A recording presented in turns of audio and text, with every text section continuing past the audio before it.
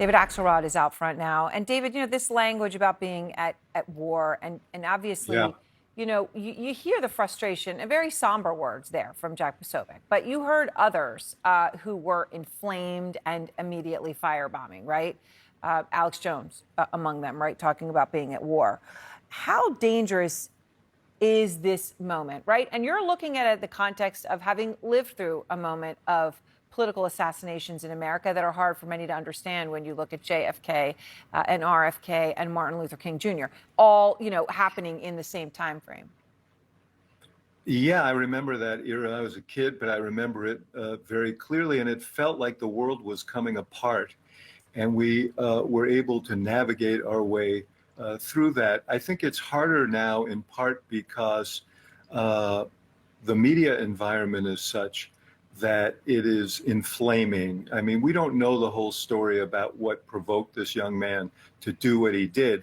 It is kind of a perverse answer to if you think someone is disseminating hate, the idea that you should go out and kill that person is a perverse answer to that. But obviously he lived in a world that we don't entirely understand. But listening to the interview there, I was thinking about the fact that yes, it is tragic that Charlie Kirk, a young man with a family who is out there expressing himself, whether you agree with what he was saying or not, is dead today, and the whole world watched his cold-blooded murder. That is terrible. It is. And he is, as described, in a box. It's terrible that Melissa Hortman, the legislator from Minnesota, and her husband are dead today. It was terrible that a police officer outside the CDC was killed, and because someone sprayed the building with. We have a problem in this country, and it's not going to be solved by throwing around words like war, which suggests that there's some legitimacy to picking up weapons. That can't be the answer. No. Well, the word war being thrown around quite loosely in multiple contexts in this country right now. But from Republicans, we heard two different messages just today, two different ones. OK, first, Utah Governor Spencer Cox. We can return violence with violence. We can return hate with hate. And that's the problem with political violence, is it metastasizes, because we can always point the finger at the other side. And at some point, we have to find an off-ramp, or it's going to get much, much worse. OK, so that's the governor of Utah. President Trump is very different. He was asked by a Fox anchor about violence on the far left and far right. The question actually was phrased including both. OK, so in that context, he answers a question about how to bring the country back. As the president of the United States, he answers it this way. The radicals on the right oftentimes are radical because they don't want to see crime. The radicals on the left are the problem, and they're vicious, and they're horrible, and they're politically savvy. You mentioned Melissa Hortman, of course. Someone poses a police officer showed up at her house in the middle of the night and assassinated her and her husband. What do you make, and what does it mean? What does it mean that the president of the United States in this moment chooses to conduct himself in that way and use those words? Aaron, I listened to the Governor Cox of Utah, and his words today, which I thought were magnificent and completely appropriate. And I thought, this is the message that you want to hear from the president of the United States. He is the influencer in chief. He has more impact on people's actions than anyone. And it's not just now, Aaron, that he refers to all his political opponents and a whole political party as radical left lunatics, sick, evil, who hate our country. Those messages matter. Words matter. They're not just tactics for political advantage. They influence people, especially when you have the platform of the president. What you want in this kind of a very difficult period is you want your president to be a force for understanding, for reconciliation. And that's what we've seen in the past from Republicans and Democrats. But it's not how this president has approached this. No, it's not how he's approaching it now. But as you say, a very different view from the Republican Utah Governor Spencer Cox, who spoke very differently. Thank you so much, David Axelrod. Appreciate you. Governor Cox, thanks for being with us. I'm wondering what stands out to you, what you know about the suspect right now. Is there something about his history that really stands out to you? Well, I think maybe what stands out is that nothing stands out the way you would normally expect. This is a good family, a normal childhood, all of those things that you would hope would never lead to something like this, and sadly it did. So there's so much we still don't know, but certainly there was a radicalization that happened in a fairly short amount of time. And again, that's not too. Sometimes when we talk about people getting radicalized, that's to blame others instead of the person. And I don't want to take away that agency. This person made a terrible decision and will pay the price for that. But I do think it is important and instructive that we try to do as much as possible to learn the types of influences that would lead someone to make just such an awful, awful, evil decision. And I want to talk to you about that because you've talked very strongly about social media. I don't do a lot of social media, but I was looking at it today, and there's endless conspiracy theories about other people involved. There's videos of people making hand signals that seem to be people wiping their hair or adjusting their hats. Do you have any evidence that there was anybody else involved in this? Absolutely none. And again, the investigation is still ongoing. There's a lot we don't know that we're still piecing together.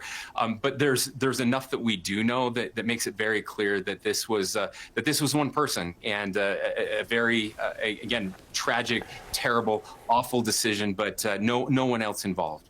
You've called this a watershed event in our history, and that the chapter is still being written about what kind of a watershed event is it, what direction the country goes from here. Can you just talk about that a little bit, and how do we all help write that history? Yeah, so to me, I look at this. It feels like something happened. This is big, and it's big for a reason. Again, somebody who was involved in political speech, political discourse, doing the very thing that is the foundation for our democratic republic, and then losing their life, which makes it harder for all of us to do the thing that we should do, and that's dangerous in a different type of way. And so the question is, we've certainly been building to this. I don't think it's a surprise to most people that something terrible like this could happen. President Trump was almost assassinated a year ago. So the question is this the end of a very dark era? Does this wake us up in a way that we actually change? Or is this just the beginning of something far, far worse? And what will write that history, what that will depend on is all of us. It's not any one person who's going to change this. If we're waiting for a leader from Washington, D.C. or Utah or anywhere else, then it will never happen. And that's why I just feel so strongly that it's incumbent on every single one of us to look into our souls and decide, do we want this to continue? Are we going to be the part that continues, or are we going to try something different? And that's the only way we're going to break out of this fever dream. And there are entire, media ecosystems which profit from outrage and which pump out outrage and that is part of the algorithm. You have influencers on all sides of the aisle, but we've heard, very well-known ones on the right. Even one commentator on Fox News talking about war. When you hear that word being used, war, what do you say? Well, we say stuff like that, and that's normal. It's been part of the vernacular. We use it in sports terms sometimes. We talk about a battle, a war, right? And we now do it in political terms. And I don't think most people actually mean it, because war is my kids and my grandkids getting shot in the street. Charlie Kirk's wife, Erica, has been remembering her husband and his legacy 2 days after he was shot dead during a Turning Point USA event in Utah. And it's no secret that political violence is a growing problem in the United States. On the eve of the election last year, the Center for Strategic and International Studies, a military-focused think tank, found that the number of domestic terrorist attacks and plots against government targets motivated by partisan political beliefs in the past 5 years is nearly triple the number of such incidents in the previous 25 years combined. But this trend started years earlier. In early 2011, a man opened fire on Arizona Congresswoman Gabby Giffords as she met constituents. She was shot in the head but survived. 6 others died, including a federal judge. Later that year, a man opened fire on the White House with a rifle after reportedly telling friends that President Barack Obama, quote, had to be stopped. In 2017, a gunman opened fire on members of Congress practicing for a charity baseball game. 4 people were injured, including Congressman Steve Scalise.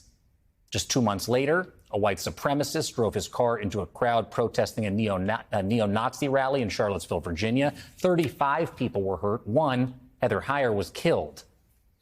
In 2018, the so-called MAGA bomber mailed 16 pipe bombs to politicians and public figures. He later pled guilty to 65 felonies. In 2020, 14 men were arrested for plotting to kidnap Michigan Governor Gretchen Whitmer over her COVID restrictions. Last month, a man fatally shot 2 Israeli embassy staffers near a Jewish museum in downtown Washington. And then in June, a gunman posing as a cop went to the home of Minnesota State House Speaker Melissa Hortman, killing her, her husband, and their dog. The gunman also critically wounded State Senator John Hoffman and his wife. In August, an anti-vax gunman fired more than 180 shots into the CDC headquarters in Atlanta. This is just a partial list. It does not include the politically motivated mass shootings that killed dozens in Charleston, in Orlando, in El Paso, in Buffalo, in Pittsburgh. But this isn't the first time the United States has been racked by political violence. One thing I think is happening is Trump is making a big mistake, and his movement is making a big mistake, because they are taking what is very, very kind, very genuine, very heartfelt sympathy and love being given to the Kirk family and to his friends, to his colleagues, to people who knew him as a man, as a friend, and they're extrapolating that to a call for political violence against their enemies. And there's not going to be a lot of sympathy for that, especially when all the lies they were making up. Look at how they were talking. Look at, I don't even want to repeat the words, the slurs being thrown out by Nancy Mace and by other high-profile members of the conservative movement. Trying to target, minority groups, saying, "Oh, the minorities did it." It turns out, it's a young guy from a Republican registered family. It's everything that those guys say is like the good American boy. Now they're trying to make a BS. Oh, he was radicalized at college. Don't buy it. They are going too hard, and I'm already seeing people snap back. All that goodwill.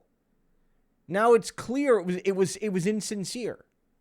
They didn't give a damn about Charles Kirk. They didn't give a damn about him. It was all about the game. And so now, right now, that Donald Trump and everybody have their scheme has been called out. Again, the governor saying, I only wish that they were non-American. They were not from Utah. Now everyone realizes that they're going to keep on pivoting. Donald Trump and his cronies felt that they could make you angry into fascism. Well, it turns out one of their own likely did it.